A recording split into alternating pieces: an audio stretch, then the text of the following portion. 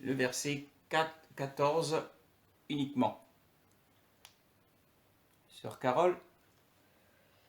Écrit à l'ange de l'église de Laodicée. Voici ce que dit l'Amen, le témoin fidèle et véritable, l'auteur de la création de Dieu. Amen. Amen.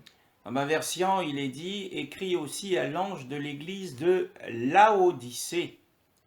Voici ce que dit l'Amen, le témoin fidèle et véritable, le commencement de la création de Dieu.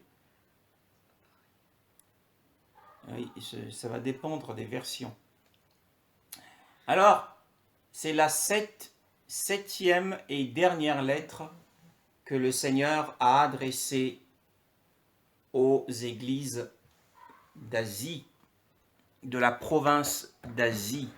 Quand on parle de la province d'Asie, encore une fois, il ne s'agit pas de l'Asie selon sa situation géographique, mais cette province concernait l'empire de Rome, faisait partie de l'empire de Rome.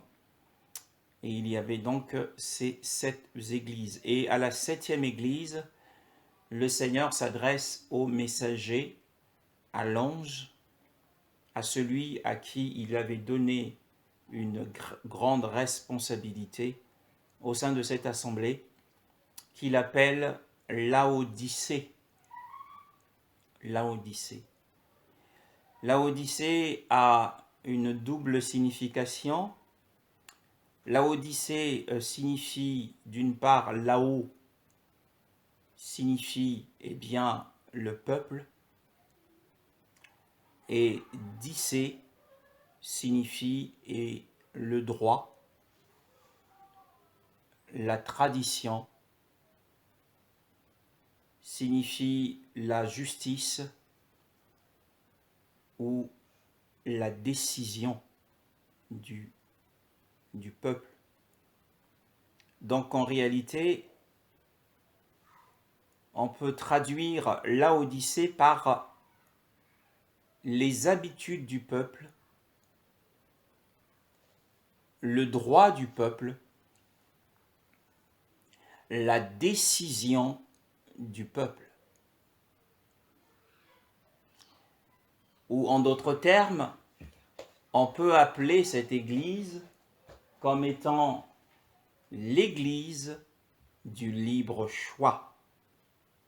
Laodicée, c'est l'église du libre choix. Alors c'est une église qui a réellement existé, qui avait une réalité pratique, mais de nos jours, cette église représente l'église de la fin des temps, Laodicée, qui est l'église du libre choix. Dans ce mot, le mot Laodicée, nous voyons la pertinence de sa définition en grec. Le peuple ici, c'est le peuple de Dieu. Et dans Laodicée, nous avons dit, on a le droit, on a le choix, la décision, on a des habitudes. Donc en réalité, c'est le pouvoir du peuple. Dans l'église de Laodicée, c'est le peuple qui a le pouvoir. C'est le peuple qui a la liberté de choisir qui veut le conduire ou qui ne veut pas le conduire. À Laodicée, le peuple, les membres de l'Église, se contrôlent entre eux-mêmes. Dans Laodicée, c'est la majorité qui l'emporte sur la minorité. Dans Laodicée, c'est l'Église de la démocratie. L'apôtre Paul dans 2 Timothée, dans sa dernière lettre à Timothée, au chapitre 4, va nous esquisser ce qu'il en adviendra. 2 Timothée, chapitre 4, nous allons le mettre à la page. 2 Timothée, chapitre 4, je suis sur 2 Thessaloniciens. 2 Timothée, chapitre 4, eh bien, il nous dit quelque chose à partir du verset 3. Sœur divine, si tu as la page, le verset 3 uniquement. Car il viendra un temps où les hommes ne supporteront pas la saine doctrine, mais ayant la démangeaison d'entendre des choses agréables, ils se donneront une foule de docteurs selon leurs propres désirs. Amen. Amen. La Bible dit, car il viendra un temps, dit l'apôtre Paul. Ce temps, c'est dans lequel nous sommes aujourd'hui. Eh bien, les hommes, les peuples, le peuple de Dieu, ce sont les Laodicéens, qui ne supporteront pas la sainte doctrine de la croix. Mais, dans ma version, aimant qu'on leur chatouille les oreilles par des discours agréables, des discours toujours positifs sur l'avenir, les bonnes choses, eh bien, ils chercheront des docteurs qui répondent à leurs besoins. Voilà, Laodicée, nous avons dit, c'est le droit du peuple, c'est la décision du peuple. C'est le peuple qui choisit le pasteur, l'enseignant qu'il lui faut. Surtout qu'aujourd'hui, avec les nouvelles technologies, on choisit sur Internet eh bien, le docteur qui correspond à nos attentes. Eh bien, on va écouter, on va tendre notre oreille. En fait, notre oreille devient la conseillère pour discerner le message qui lui va bien. Si c'est un message qui porte sur la croix, qui traite de la chair, on ne veut pas en entendre parler. On va choisir des messages qui, eh bien, nous parlent de la prospérité financière. On va choisir des messages qui nous parlent des miracles, qui nous parlent des faveurs de Dieu. Eh bien, ce sont des Laodicéens. Attention, nous pouvons basculer, nous également, dans cette condition, cette position de l'Église. Nous avons parlé de l'Église de Philadelphie qui était la seule Église qui sera enlevée par le Seigneur. Or, à cette Église de Philadelphia, eh bien, le Seigneur s'est révélé à cette Église comme étant celui qui est saint et véritable. Pour quelle raison? Eh bien, lorsque nous avons la révélation, lorsque Yeshua se révèle à nous comme l'Élohim saint, dans sa splendeur, dans sa lumière, dans son éclat, c'est pour nous conduire à l'adoration. Hein? Voyez-vous, dans Ésaïe 6, nous voyons les saraphes ou les séraphins en train d'adorer Yeshua sur le trône et en disant « Saint, Saint, Saint est le Seigneur ». Et toute la terre est remplie de sa gloire. Donc, la révélation de Yeshua à Philadelphia, comme étant celui qui est saint dans son intimité, c'est pour conduire les Philadelphiens à être des véritables adorateurs. C'est pour cette raison que dans les promesses à Philadelphie, il a dit aux vainqueurs, « Je ferai de toi une colonne dans le temple de mon Dieu », puisque nous savons tous que le temple, c'est le lieu de l'adoration. Donc les colonnes, ce sont des grands adorateurs. Donc c'est pour cette raison tout est lié. Mais à Laodicée, eh bien, le Seigneur n'est pas aussi profond, n'est pas aussi intime qu'il a été avec les Philadelphiens. Ici, eh bien, il met l'accent premièrement sur le nom de Laodicée. Eh bien, parce que Laodicée, c'est le peuple de Laodicée, dans son ensemble, est un peuple ou un corps qui n'a pas de tête. C'est un corps qui ne veut pas de la tête. C'est un corps qui veut vivre de par sa propre volonté. C'est lui-même qui choisit ce qu'il veut faire dans la vie. Individuellement parlant, un chrétien laodicien est un chrétien qui ne veut rien avoir avec l'autorité du Seigneur. Yeshua est son sauveur. Un point, c'est tout. Mais un laodicéen ne veut pas que Yeshua soit son Seigneur. Parce que qui dit Seigneur, dit serviteur. Or, un serviteur, c'est celui qui est absolument dépendant de son maître. Mais les Laodicéens n'en veulent pas. Ils réclament leurs droits. Laodicéens, faisons attention que notre vie ne bascule pas dans cette condition des Laodicéens. Et que chaque jour, nous puissions vivre notre vie chrétienne selon le Mashiach, selon Christ. Que tout ce que nous faisons le soit pour la gloire du Seigneur. Et non pas en ayant fait nos propres choix. Nous avons dit que Laodicée signifie l'église du libre choix. Je suis libre de faire ce que je veux. D'ailleurs, nous avons entendu un jour une sœur dire, à l'époque, il y a plus d'une dizaine d'années, pourquoi déranger le Seigneur? Nous a-t-il pas donné une intelligence pour discerner? Voyez-vous? Donc, certains pensent qu'ils peuvent utiliser leur intelligence pour entreprendre, pour avoir des orientations.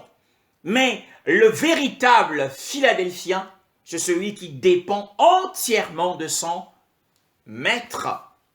Laodicée écrit aussi à l'ange de l'église de Laodicée. Que nos oreilles ne soient pas nos conseillères, mais ce que le Seigneur désire, c'est que nos cœurs soient enseignés de Dieu. Lorsque nous avons une conduite extérieure, le Seigneur ne se contente pas seulement de la conduite extérieure. Il regarde au cœur, il regarde si le cœur a été enseigné de Dieu. Parce que le cœur est le moteur de la vie du croyant. La Bible dit, veille sur ton cœur plus que toute autre chose, car de lui viennent les sources de la vie. De lui viennent tout ce que tu fais dans la vie. Alors si le cœur a été enseigné de Dieu, on sera dépendant du Seigneur. Mais les Laodicéens, ce sont des hommes et des femmes indépendants du Seigneur. Et c'est d'ailleurs pour cette raison, rien qu'en rapport avec le nom de Laodicée, si nous lisons le dernier verset de cette lettre, nous allons le lire. Le dernier verset de la lettre du Seigneur à Laodicée.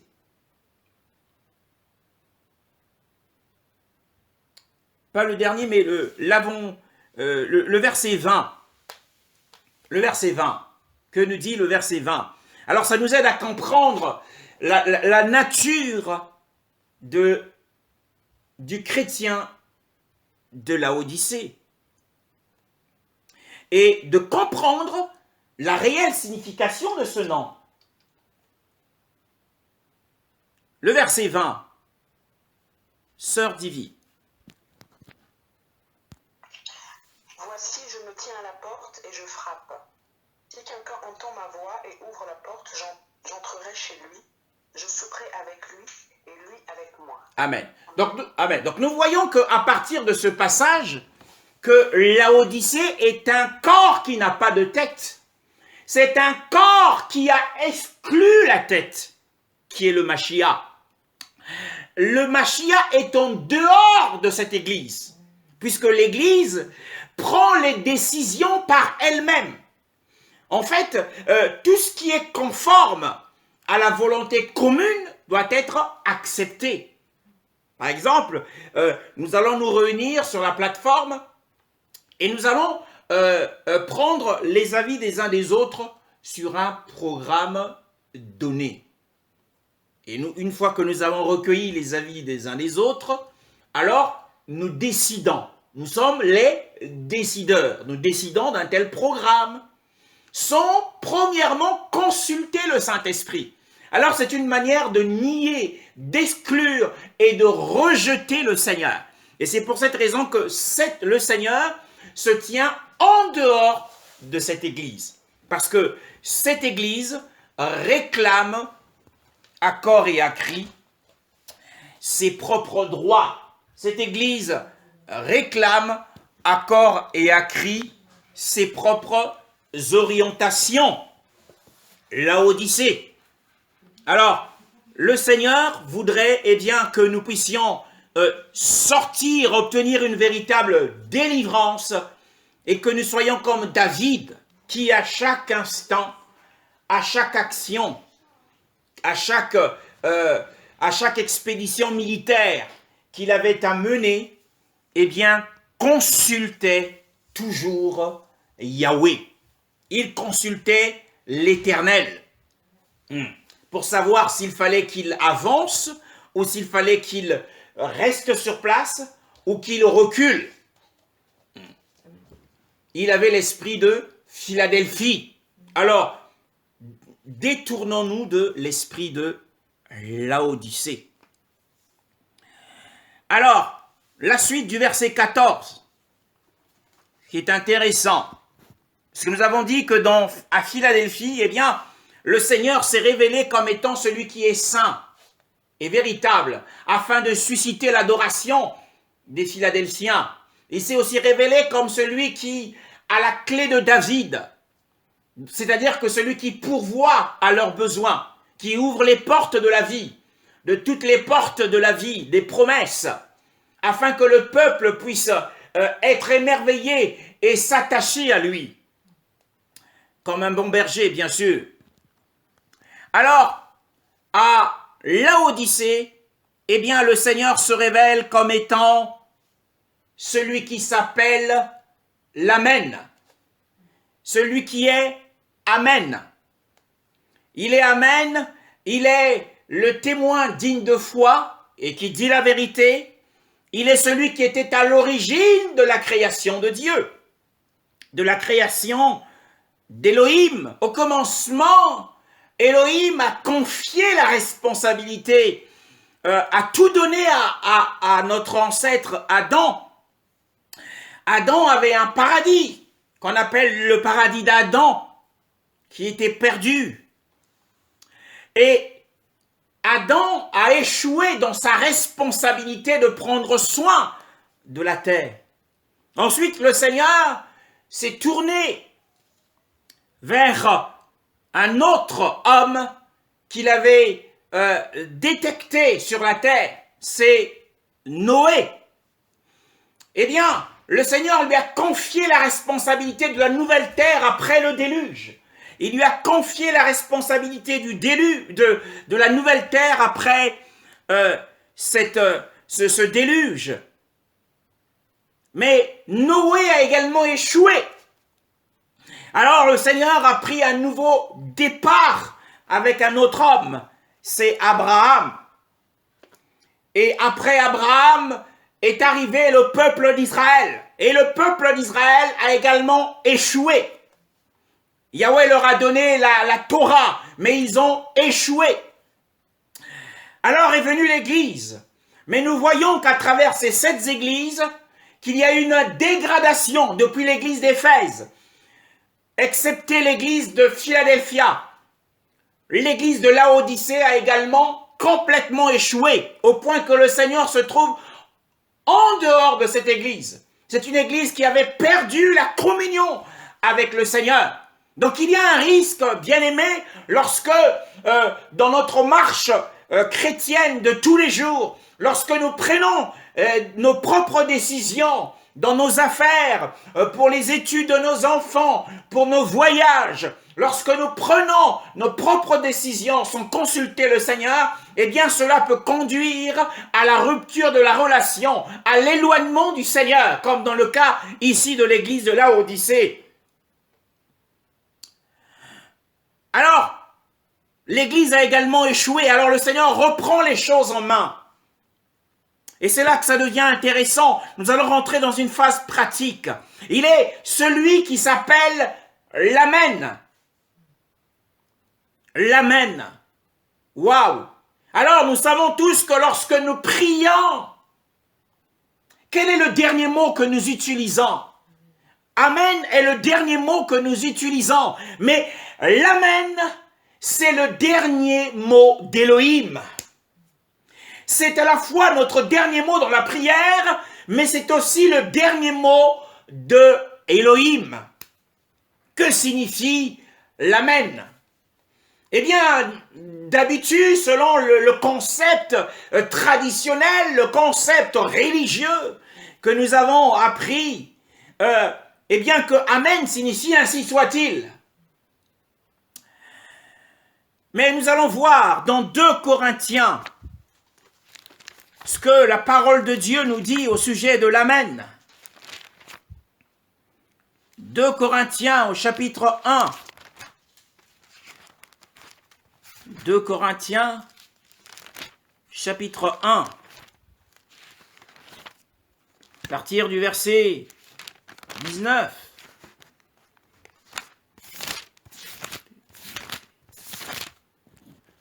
Deux Corinthiens. 1, 19. Oui, vas-y ma sœur. Car le Fils de Dieu, Jésus-Christ, qui a été prêché par nous au milieu de vous, par moi, par Sylvain et par Timothée, n'a pas été oui et non, mais c'est oui qui a été en lui. Continue ma sœur. Car, pour ce qui concerne toutes les promesses de Dieu, c'est en lui qu'est le oui. C'est pourquoi encore l'Amen par lui est prononcé par nous à la gloire de Dieu. Amen.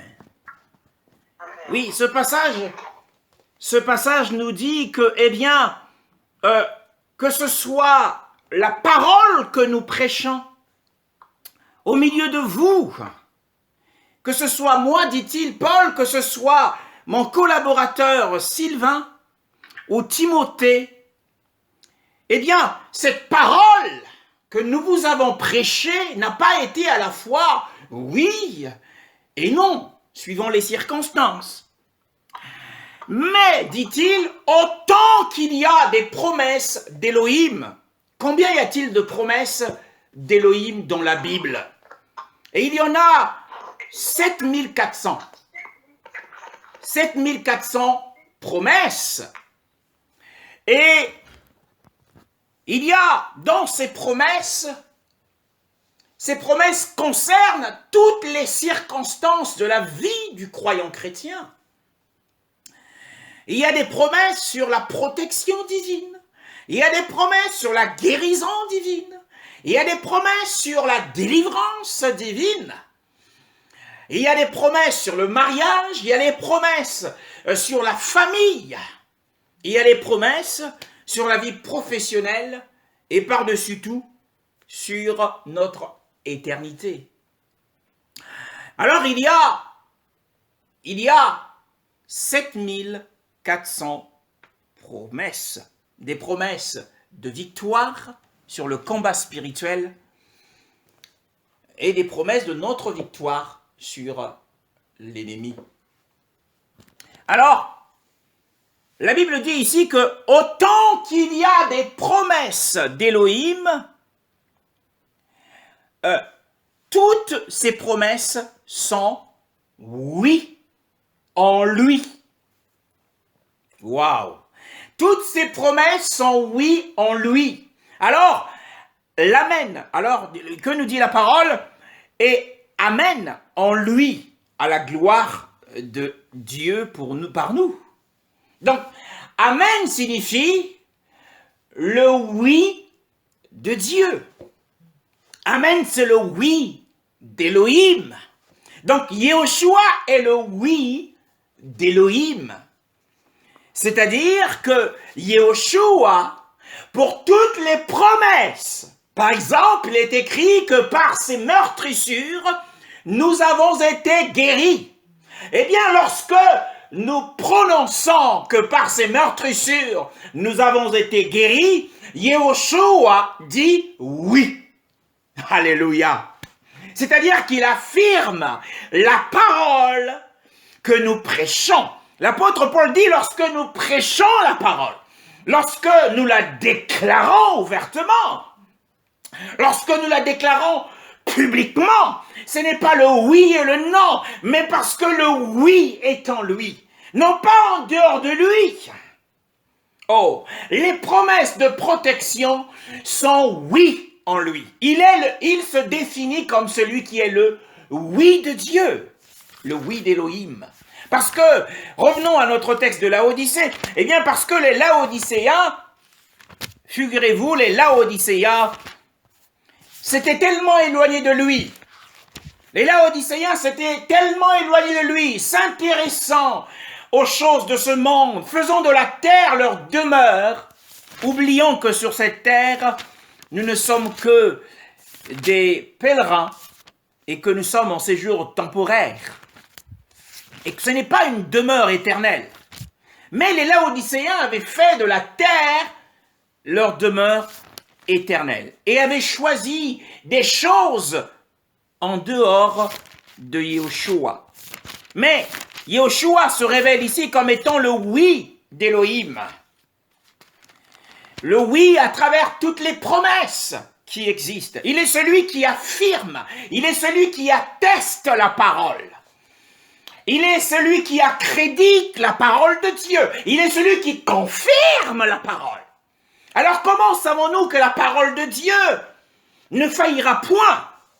D'ailleurs, on va le lire dans Jean chapitre 10, le verset 35. Jean chapitre 10, le verset 35. Jean chapitre 10, le verset 35. Comment savons-nous que la parole de Dieu est infaillible? Comment savons-nous que la parole de Dieu est infaillible? Sœur Carole, Jean 6, le verset 35. Jean 10, verset 35. Jean 10, verset 35. S'il est vrai qu'elle a appelé Dieu ceux à qui la parole de Dieu a été adressée, et si l'écriture ne peut être annulée. Amen. La Bible nous apprend ici que ceux à qui la parole a été adressée portent en eux le titre de Dieu. Ce sont des Élohim.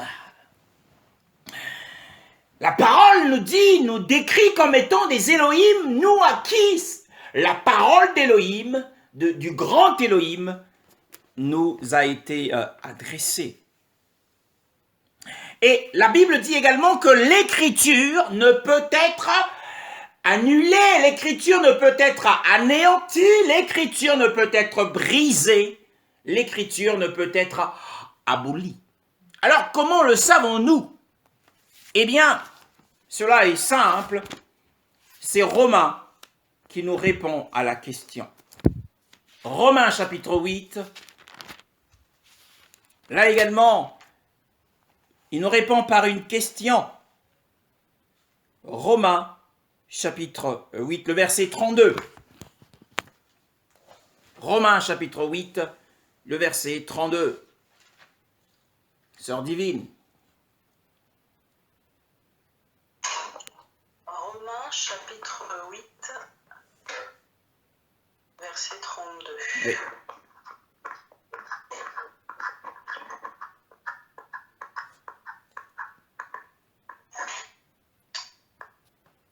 Romains chapitre 8, le verset 32.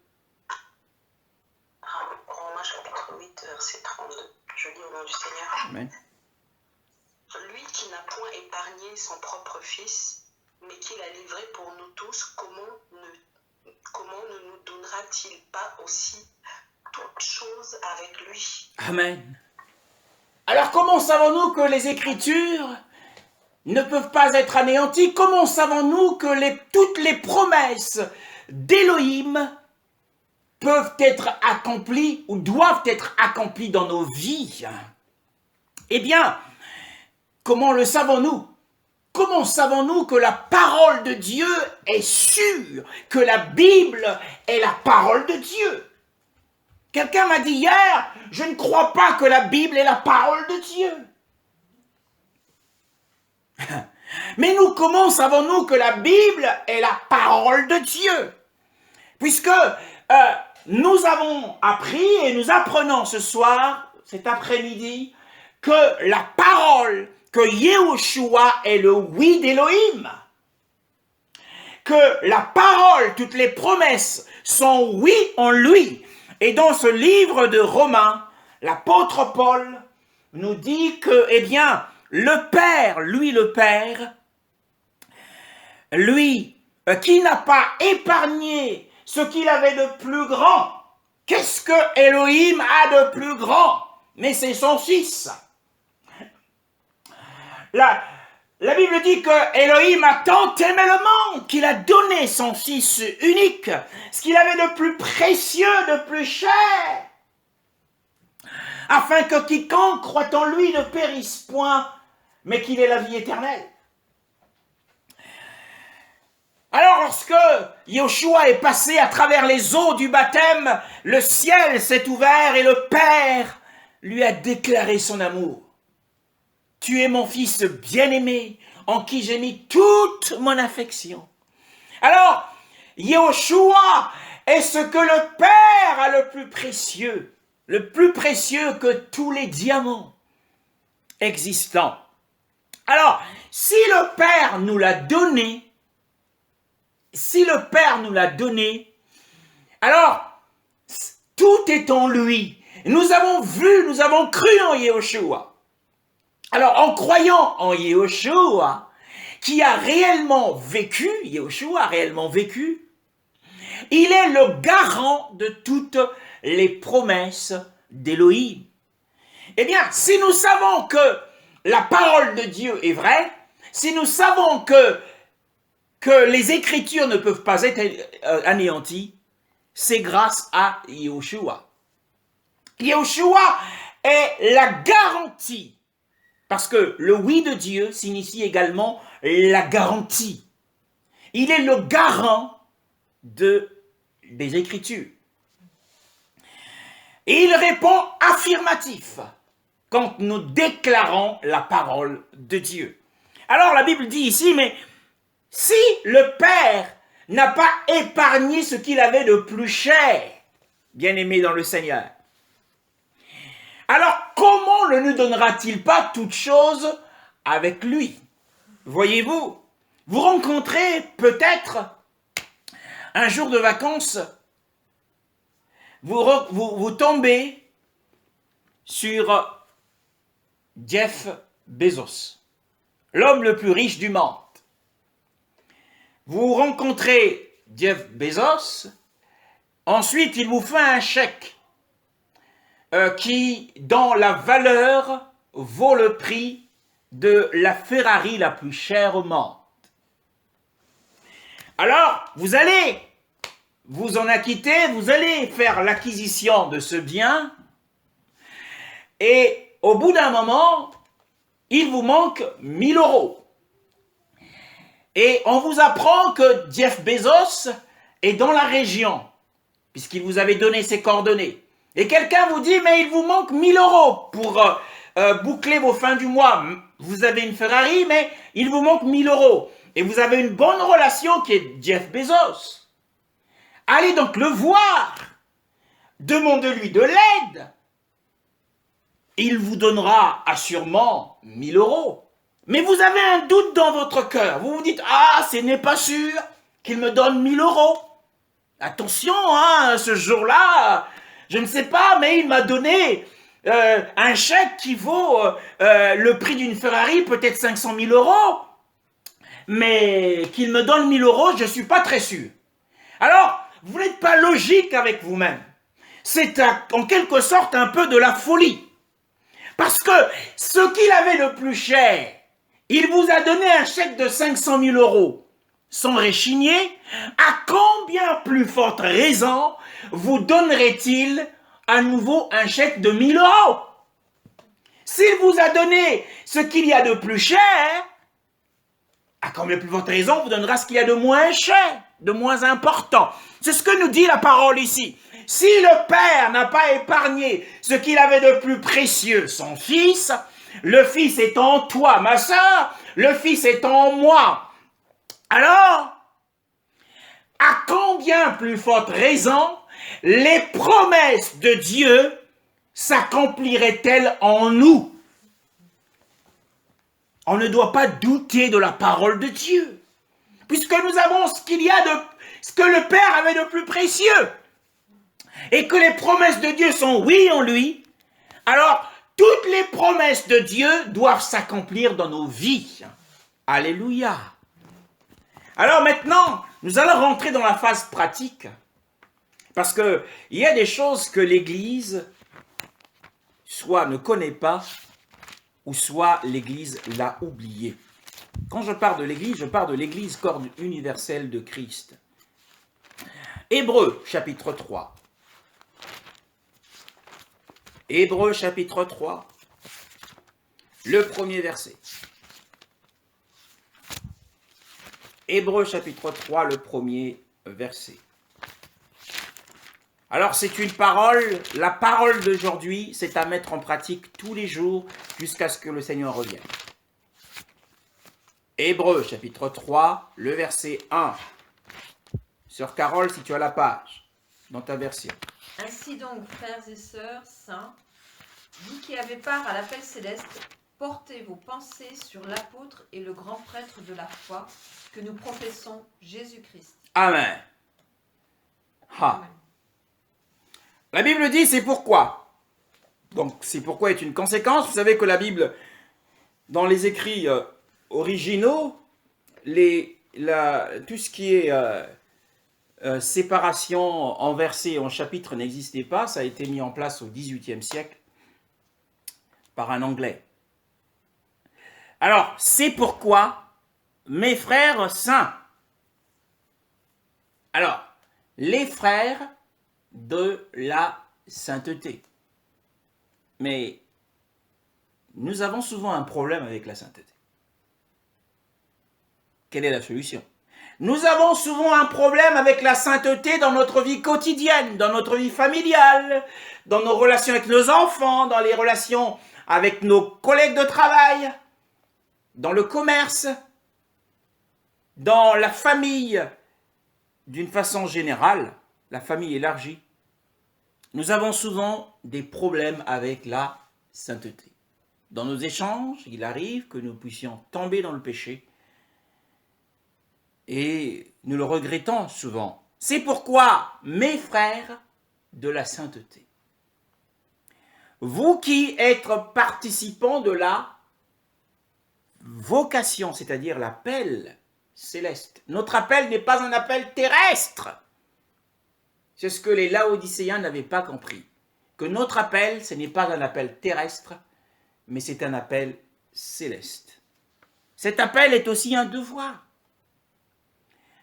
Il est dit considérez, mais dans la version grecque, de la version de Jérusalem, il est dit fixez vos regards,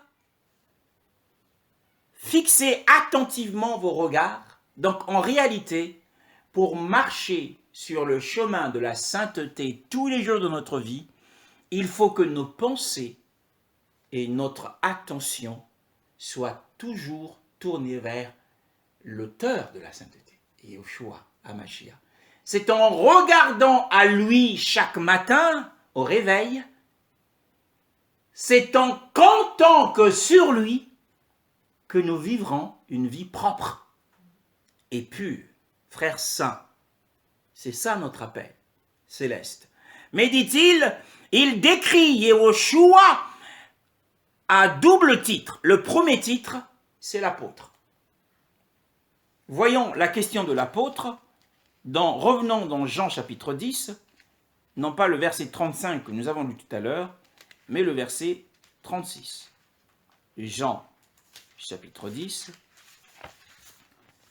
le verset 36. Sœur Carole. Comment pouvez-vous dire à celui que le Père a consacré et envoyé dans le monde, tu blasphèmes? Amen. Oui, la Bible dit, comment dites-vous que je blasphème, moi que le Père a sanctifié, c'est-à-dire a mis à part, et qu'il a envoyé dans le monde. Parce que j'ai dit, je suis le fils d'Élohim. Donc, l'apôtre, c'est Yahushua étant l'envoyé du Père dans le monde pour accomplir l'œuvre de la rédemption. Ensuite, dans Jean, chapitre 20, dans Jean, au chapitre 20, lorsqu'il rencontre ses disciples, et voici ce qu'il leur dit. À partir du verset, j'ai du mal à voir, le verset 21. Le verset 21, Sœur divine. Jean chapitre 20, verset 21. Jésus leur dit de nouveau, la paix soit avec vous. Comme le Père m'a envoyé, moi aussi je vous envoie. Amen. Donc nous voyons ici l'apôtre se servir de 12 autres apôtres pour les envoyer en mission. Il est l'apôtre principal qui a accompli, après avoir accompli l'œuvre de la rédemption, eh bien, envoie ses disciples en tant qu'apôtres dans le monde. Et après qu'il ait exercé son ministère d'apôtre sur la terre, en tant qu'envoyé, il est remonté dans les cieux. Et si nous revenons dans Hébreux chapitre 3, le verset 1er, la Bible dit qu'il est l'apôtre, c'est-à-dire l'envoyé de Dieu sur terre. Après avoir accompli l'œuvre de la rédemption, le voici qui est remonté dans les cieux, et dans les cieux, il exerce un autre ministère, qui est le ministère du grand prêtre. Et c'est d'ailleurs pourquoi dans Apocalypse 1, lorsqu'il se révèle à Jean sur l'île de Patmos, il est vêtu de blanc comme un sacrificateur, mais c'est le souverain sacrificateur. Mais la Bible nous dit quelque chose de particulier ici. La Bible nous dit quelque chose de particulier ici. C'est que c'est non seulement l'apôtre, mais c'est aussi le grand prêtre de quoi, ma sœur? Dans ta version, c'est dit la foi, mais ici, dans ma version, c'est le grand prêtre que nous confessons, ou de la profession, ou de la confession de la foi. C'est le grand prêtre de la confession de la foi, bien-aimé dans le Seigneur. S'il n'y a pas la confession de la foi, il n'y a pas de ministère de grand prêtre. Toutes nos prières doivent passer par le médiateur. Nul ne peut passer par le Père que par moi. Il est le grand prêtre de notre confession. Alors, ce qui est intéressant, c'est que Le mot confession, en grec, signifie dire la même chose que lui. Signifie affirmer la même chose que lui. Signifie avoir la liberté d'expression. Et cette liberté d'expression, nous l'avons perdue. C'est pour cette raison que les situations demeurent et demeurent encore. Parce que dans nos vies, il n'y a pas d'exercice du souverain sacrificateur. La sacrificature de Yeshua ne s'accomplit pas. Dans le ciel, Yeshua est en train d'exercer un ministère. Il prie. C'est un ministère de prière, un grand prêtre. Dans l'ancienne alliance, celui qui, prenant les sacrifices du peuple, les présentait à Elohim, à Yahweh.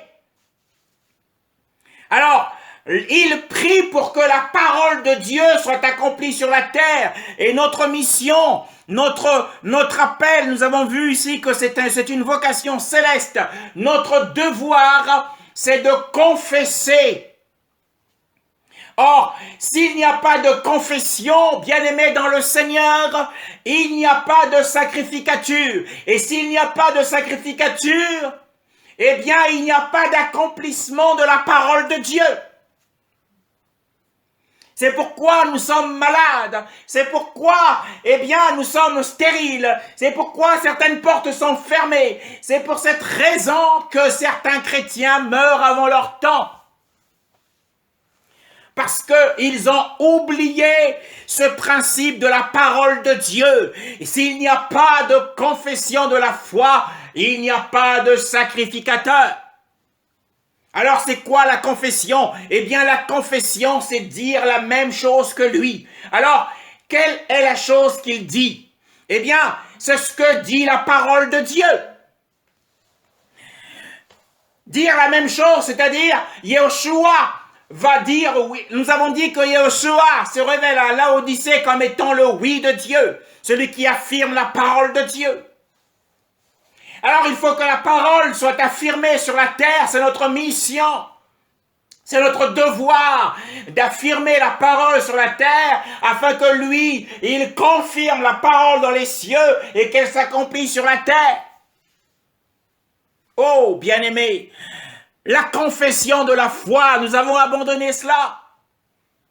C'est pourquoi il faut être proche de la parole de Dieu. Nous avons vu qu'autant les promesses de Dieu sont oui et amen en lui. Car en lui habite toute la plénitude de Dieu. Tout ce dont le chrétien a besoin se trouve en lui. Alors, quand tu prends une promesse de Dieu qui te dit que par ses meurtrissures, tu as été guéri. Il envoya sa parole et la parole les guérit. Prends cette parole et confesse cette parole. Quand tu confesses cette parole, Yeshua dans les cieux, en tant que souverain sacrificateur, dit à son Père, oui, je confirme que tu envoies ta parole et ta parole les guérit. Il est la confirmation, il est là pour attester, il est là pour certifier, il est là pour authentifier, il est là pour accréditer la parole. C'est la confession, en grec signifie dire la même chose.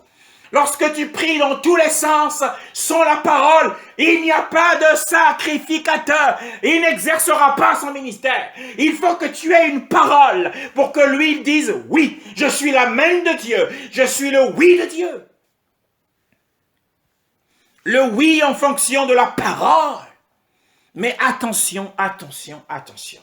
Tu peux me dire, oui, j'ai déjà pris cette parole.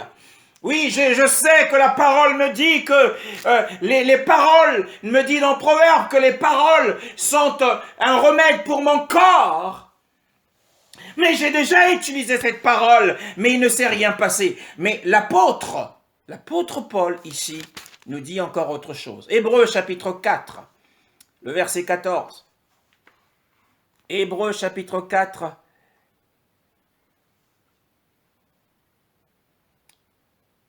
Alléluia.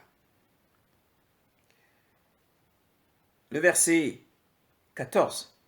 Hébreux chapitre 4, le verset 14. Sœur divine. Hébreux chapitre 4, verset 14. Ainsi, puisque nous avons un grand souverain sacrificateur Oui. qui a traversé les cieux, Oui. Jésus, le Fils de Dieu, demeurons fermes dans la foi que nous professons. Amen. Ah, le premier passage d'Hébreux 3 nous dit de confesser la foi. Mais ici, il y a comme une progression. Il nous demande de tenir ferme dans la confession, la profession de la foi, à dire la même chose. Ne pas hésiter, en fait, l'apôtre, dans l'esprit, savait que les choses n'allaient pas s'arranger dans la vie des chrétiens pour autant. Ils peuvent avoir confessé la parole, mais il ne s'est rien passé. Il ne se passe rien, une semaine, un mois. Il ne se passe rien. Alors dans Hébreux 4:14, il dit, cette fois-ci, tiens ferme dans ta profession de la foi. Hébreux 10. Hébreux 10 à partir du verset 21.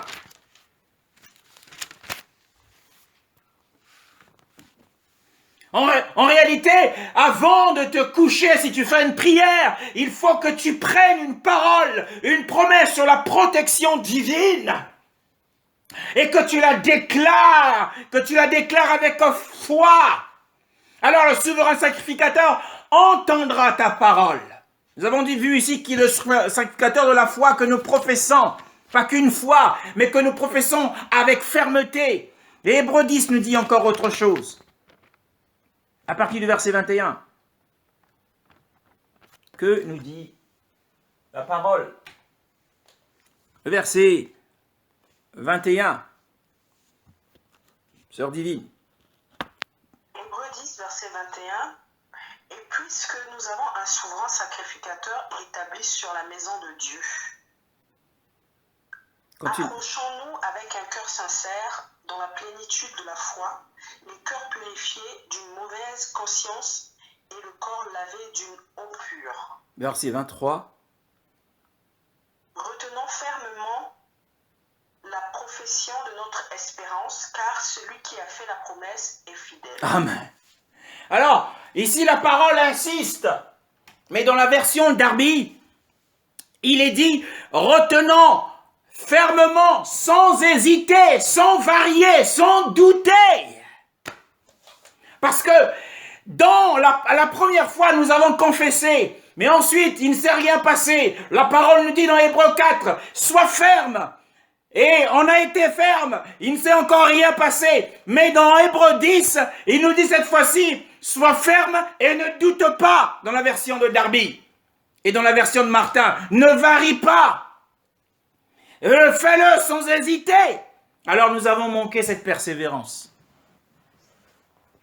Nous avons manqué cette persévérance de nuit et jour. Parce que l'apôtre savait que, eh bien, celui qui a fait la promesse est fidèle, cette parole s'accomplira assurément. C'est un travail, le Seigneur est en train de travailler notre caractère. Quand nous étions enfants de Dieu, tout petits, bébés, tout ce que nous demandions, nous l'obtenions. Mais comme il doit travailler notre caractère afin qu'il soit semblable à celui du Machia, notre patience, alors il va nous faire languir, il va traiter notre foi afin qu'elle devienne inébranlable. Ici, la Bible nous demande d'être inébranlable, cette fois-ci, de ne pas douter un seul instant dans la profession de la foi. Oh, bien-aimé dans le Seigneur, c'est ce que je m'attelle à faire. Et quand nous sommes au centre de cette vision, nous sommes sûrs que nous sommes vraiment au cœur de la volonté de Dieu. Mais encore une fois, Jean chapitre 15, le dernier passage, Jean chapitre 15, nous allons clôturer là sur la question de l'amen de Dieu, le oui de Dieu, le dernier mot de Dieu. Jean chapitre 15 nous dit quelque chose d'intéressant. Le verset 6. Non, le verset 4, pardon. À partir du verset 4.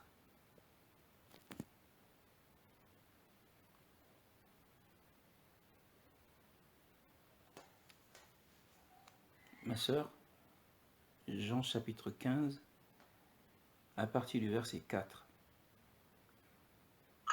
Demeurez en moi et je demeurerai en vous. Amen. Comme le sarment ne peut de lui-même porter du fruit s'il ne demeure attaché au cep, ainsi vous ne le pouvez non plus si vous ne demeurez en moi. Jusqu'au verset 7. Jusqu'au verset 7, ma soeur.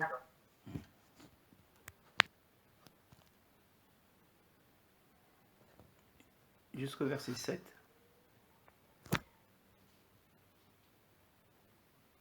Sœur Divine. Quelqu'un ne demeure pas en moi, il est jeté dehors comme le sarment et il sèche, puis on ramasse les sarments, on les jette au feu et ils brûlent. Si vous demeurez en moi et que mes paroles demeurent en vous, demandez ce que vous voudrez et cela vous sera accordé. Amen. Et que mes Amen. paroles demeurent en vous. Alors nous voyons, c'est le cas de Laodicée. Les Laodicéens, n'ayant pas demeuré dans la communion du Seigneur, ils seront rejetés. Nous le verrons plus tard lorsque nous étudierons en profondeur cette lettre du Seigneur à Laodicée. Et le verset 7 nous dit que, eh bien, si nous sommes en communion avec le Seigneur et que nous gardons ces paroles. Ici, garder les paroles de Dieu, ce n'est pas simplement les stocker ou dans notre cœur, mais c'est surtout obéir au commandement du Seigneur. Et il dit à ce moment-là que tout ce que nous lui demandons pourra voir son accomplissement. Et nous devons retenir jusqu'à la fin, jusqu'à l'accomplissement, notre profession de la foi. Donc voilà ce que nous reste à faire en tant qu'enfants d'Élohim. C'est assez regrettable pour l'absence des bien-aimés, mais c'est une parole très pratique pour notre vie de tous les jours. C'est cette confession, cette persévérance de la confession, sans hésiter, sans douter. S'il n'y a pas de confession, il n'y a pas d'exercice. Le Seigneur n'exercera pas son ministère de souverain sacrificateur. Il ne priera pas. Il ne dira pas oui, il n'affirmera pas, il ne confirmera pas, il n'attestera pas, parce que nous n'avons pas confessé la foi. C'est notre appel, nous avons vu que nous sommes participants de cet appel céleste. C'est notre devoir sur la terre de confirmer, d'affirmer et de voir les promesses de Dieu s'accomplir sur la terre. C'est le rôle et la mission de l'Église. Nous bénissons le Seigneur pour cette parole de ce jour. Et nous lui rendons grâce cet après-midi afin que sa grâce nous épargne d'avoir l'esprit de Laodicée, l'esprit de l'indépendance, mais que nous ayons l'esprit de Philadelphie, cet esprit qui dépend entièrement du Seigneur, que nous soyons des véritables adorateurs dans notre vie de tous les jours, parce que nous avons la révélation de la sainteté de Dieu, et que nous aimons le Seigneur de tout notre cœur. Merci pour cette parole et merci de bénir nos oreilles, que nos oreilles ne soient pas nos conseillères, mais que notre cœur soit enseigné de toi, Seigneur, pour diriger nos pas d'après la direction que tu nous donnes dans le cœur. Au nom de Yeshua. Amen.